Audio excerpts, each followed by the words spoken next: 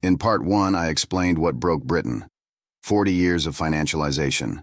Every government. The same structural choice. Asset prices over wages.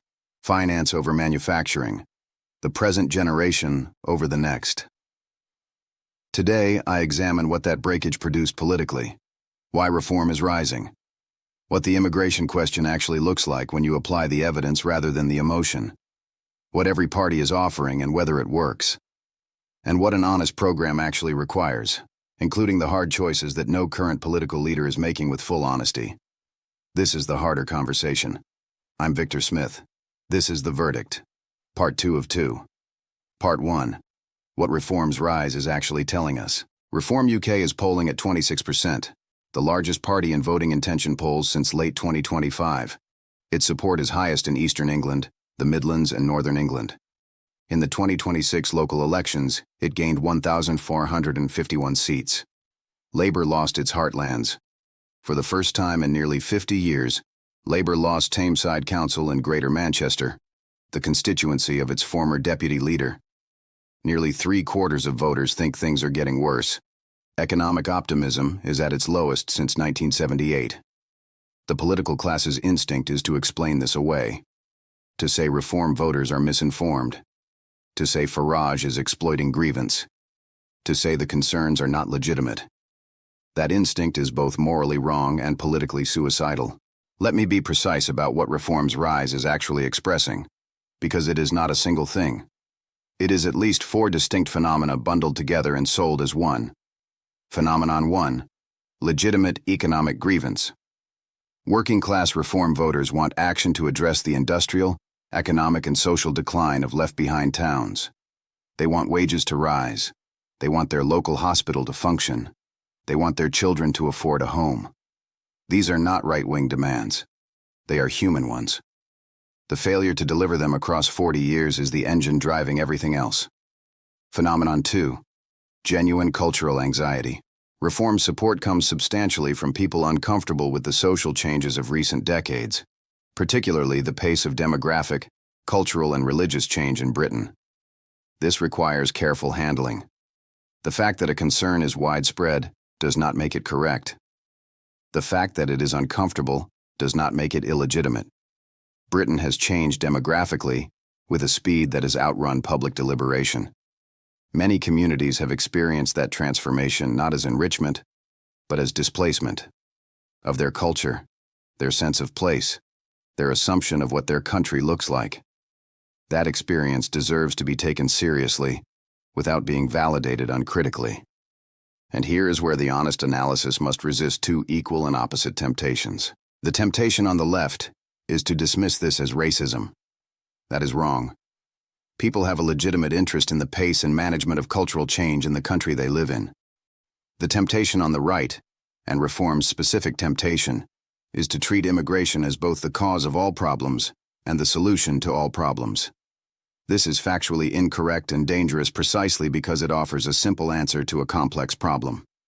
Phenomenon 3. The democratic deficit. Your framing is exactly right, and it is the most politically significant.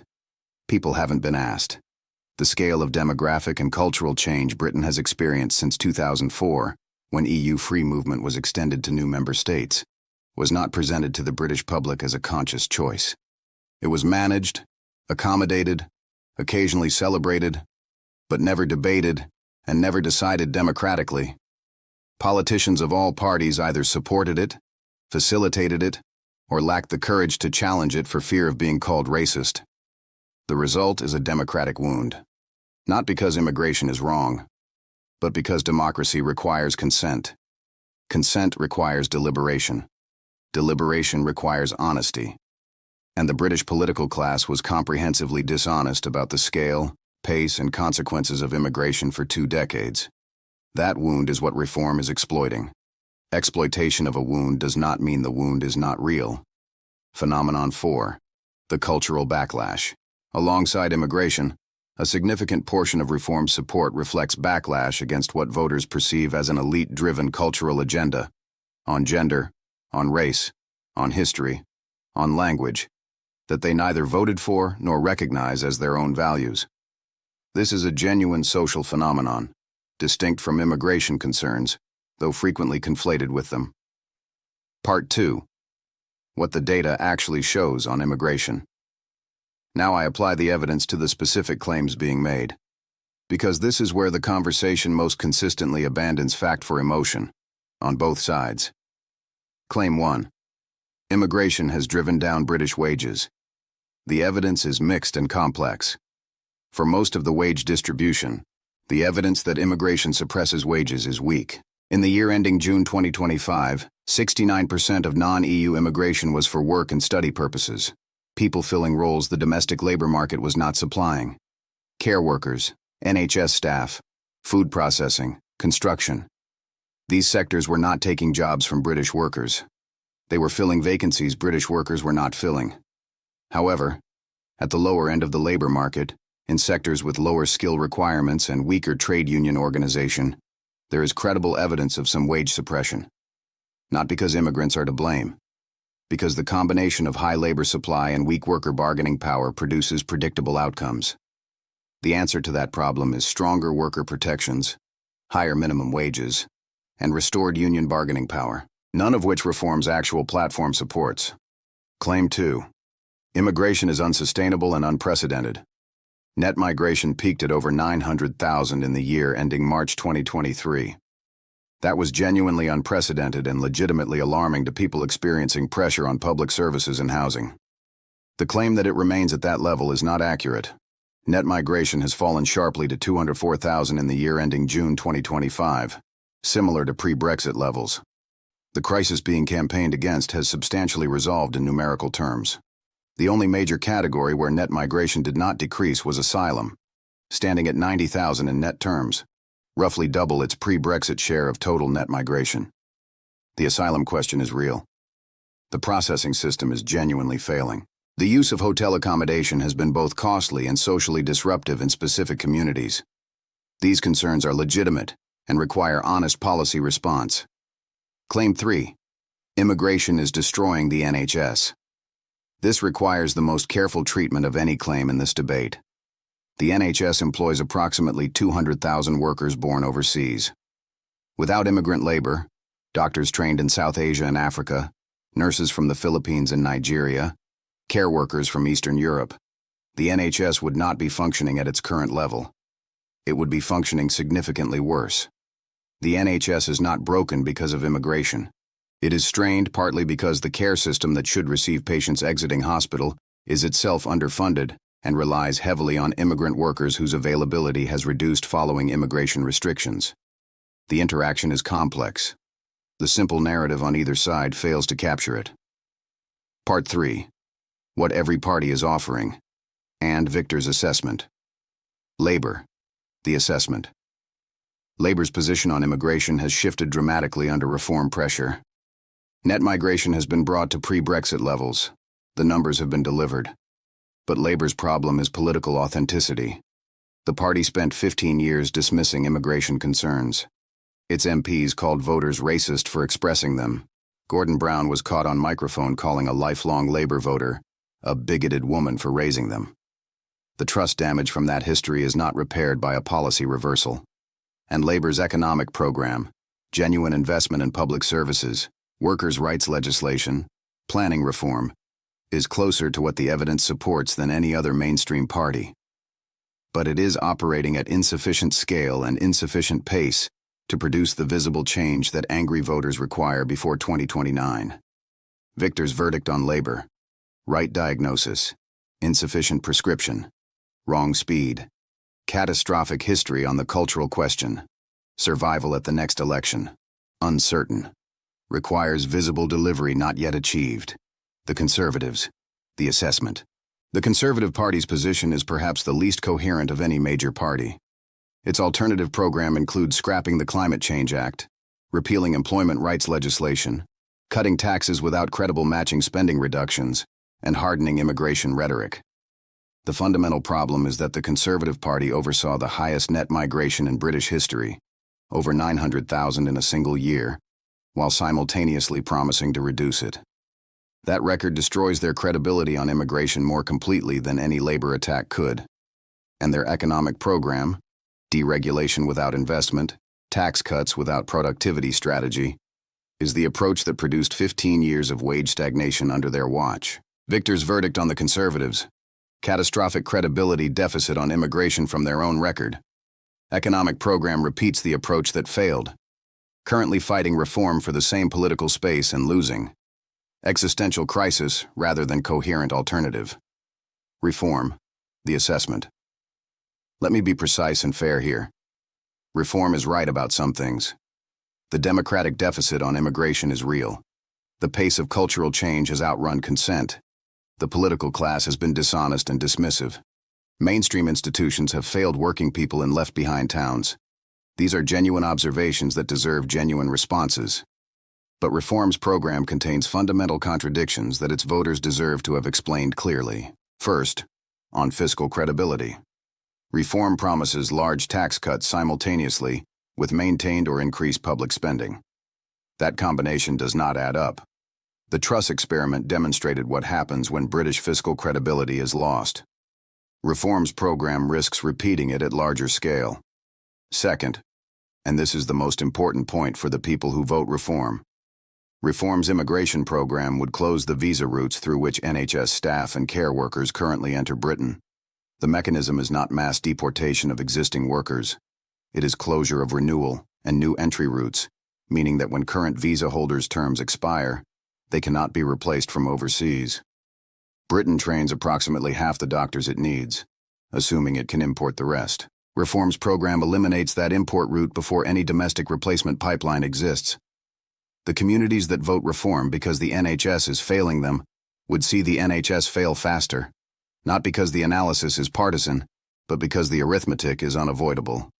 Third, working-class Reform voters want left-wing economic action on industrial decline. Reform's actual program is right-wing on economics, tax cuts, deregulation, private sector expansion and public services. The cultural messaging and the economic program point in opposite directions. The voters will eventually notice, particularly as Reform begins to exercise real power in the councils and devolved governments it now controls and must deliver rather than simply campaign. Victor's verdict on Reform correctly identifies the democratic wound, exploits it rather than healing it. Immigration program worsens the public services it promises to fix. Economic program is internally contradictory and fiscally implausible. Has not yet faced the test of delivery. When it does, the gap between promise and performance will become visible and consequential. The Greens, the assessment. Polling at 15% and representing a genuine coalition of younger, urban, educated voters who want structural economic reform. Their instinct that the system is broken is correct. Their program contains genuinely evidence-based elements: wealth taxes, green investment, worker ownership. But their immigration position is politically disconnected from the lived reality of communities experiencing rapid demographic change. They are not speaking to the people who are most angry. Victor's verdict on the Greens: right about structural economic failure. Wrong political coalition for delivering the change that is actually required.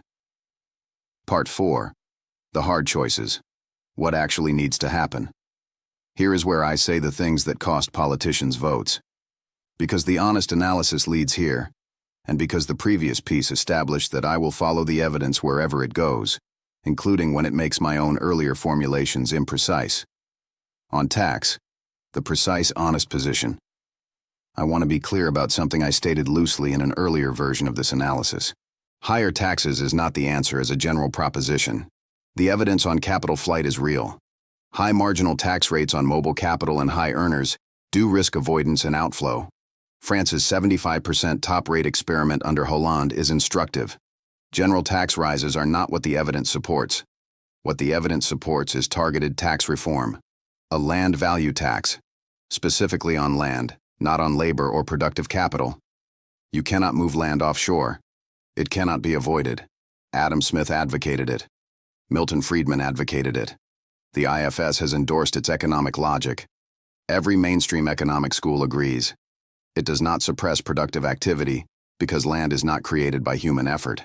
It actively discourages the speculation that has inflated house prices and hollowed out productive investment for 40 years. This is growth compatible. It is also politically toxic because homeowners vote. That is the honest reason it hasn't happened.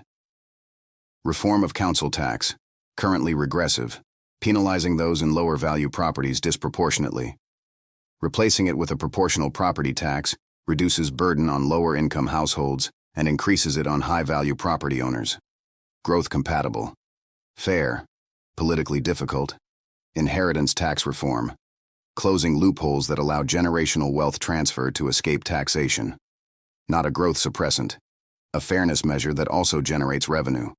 And on borrowing, the honest position is that Britain has been underinvesting relative to comparable economies for 40 years. Some of that gap requires long-term borrowing at sustainable rates for infrastructure with decade-long returns. Not the unfunded immediate spending that destroyed Truss in 49 days. Patient, credible, costed, long-term investment borrowing for specific productive purposes. That distinction matters, and no politician is making it clearly enough. On welfare, the honest hard choice, the disability benefit bill, nearly doubled in 5 years to $65 billion, with 2.8 million people out of work due to ill health, is on a trajectory the OBR has flagged as fiscally unsustainable. This cannot be ignored. But it cannot be addressed by simply cutting benefits. That inflicts acute harm on people who genuinely cannot work and does nothing to address the upstream cause. The upstream cause, as established in Part 1, is an NHS too slow to prevent people from reaching chronic incapacity. The honest reform is investing in faster treatment that reduces the flow into long-term benefit dependency. Better employment support that makes the transition back to work genuinely viable. Benefit structures that make working financially rational, because the current system in many cases creates perverse incentives where working makes claimants worse off financially. This requires investment before it generates savings. It requires honesty about the timescale. It requires resisting both the right's instinct to cut bluntly and the left's instinct to defend the status quo without acknowledging the trajectory. Both are political choices dressed as moral positions. On housing, the honest position. Building houses at scale is primarily a planning and regulatory reform, not primarily a spending program. The government does not need to pay to build all the houses. It needs to remove the planning restrictions that prevent the private sector from building them and invest in the infrastructure that makes large-scale development viable in the places people actually need to live. This is politically toxic because homeowners and NIMBYs vote. The value of their assets depends partly on supply restriction. Overriding local veto, which planning reform must do, is a direct attack on the economic interest of a large and politically active constituency. It is also the only way to make housing affordable for the generation that cannot afford to buy. No amount of help-to-buy schemes addresses the supply constraint.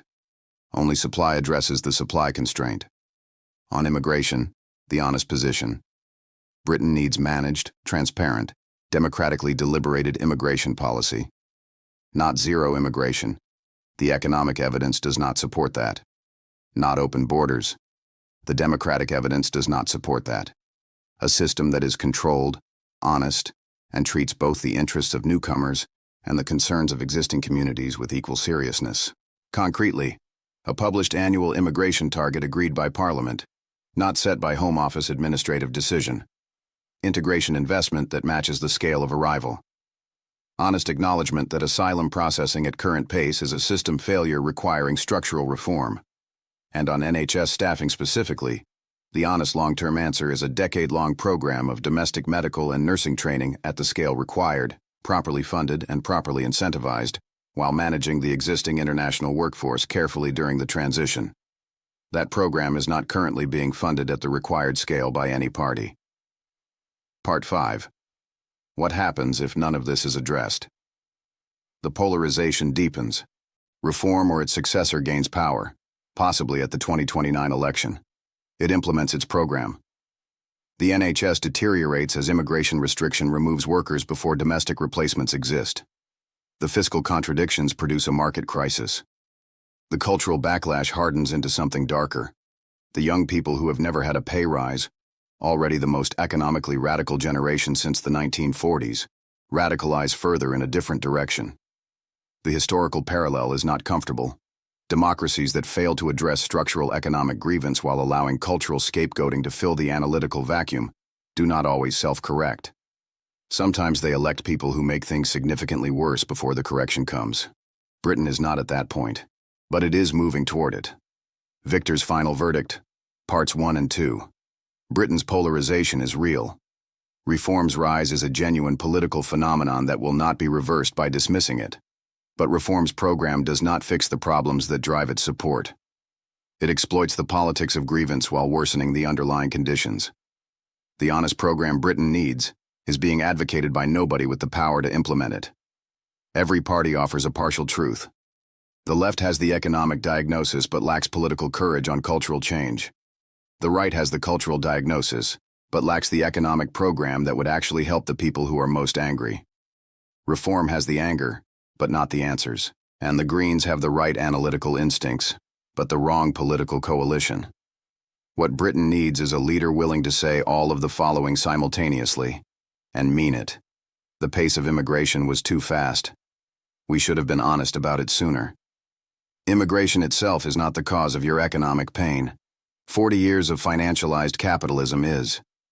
We will manage immigration transparently and democratically, with published targets set by Parliament. We will reform land taxation in a way that is growth compatible, not general tax rises. We will build houses by reforming planning, not spending billions.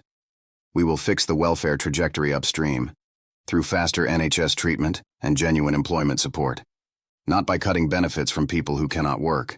And we will have the cultural conversation honestly, treating both communities' concerns with equal respect. No current political leader is saying all of that with a credible program behind it. Until one does, the polarization will deepen, the anger will grow, and the space for the kind of politics that actually fixes things will narrow. That is the verdict the evidence demands. Whether British politics is capable of delivering it is the open question on which the next decade turns. Consequence score. High and rising. Fast. I'm Victor Smith. That is the verdict. Part 2 of 2.